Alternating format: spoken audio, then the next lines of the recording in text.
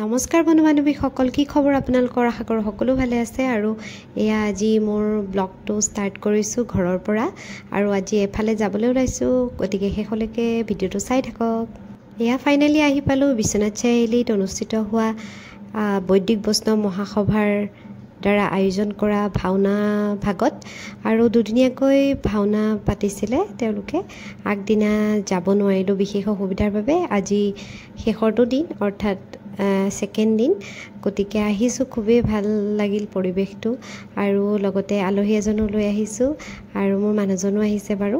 বাকী তেওঁলোকে ইমান ধুনীয়াকৈ সজাই তুলিছে, যিহেতু নামঘৰ ভাগ নতুনকৈ প্ৰতিষ্ঠা কৰা হৈছে।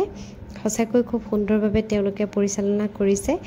লগতে পৰিৱেশ অকণমান আপোনালোকক সকলোকে দেখুৱাই দিছোঁ। কোন কোন আহিছে বাৰু বিশ্বনাথ চাৰিআলিৰ এই নতুনকৈ পতা নামঘৰ ভাগলৈ জনাবচোন। বহুত বেছি ডাঙৰ নামঘৰ হয়, মানে বহুত আহল বহল হয়। সকলো দৰ্শকে খুব ধুনীয়াভাৱে ভাওনা দৰ্শন কৰিলে। আমিও খুব ধুনীয়াকৈ ভাওনা চালোঁ। বাকী আজিৰ ভিডিঅ'টো ইমানেই।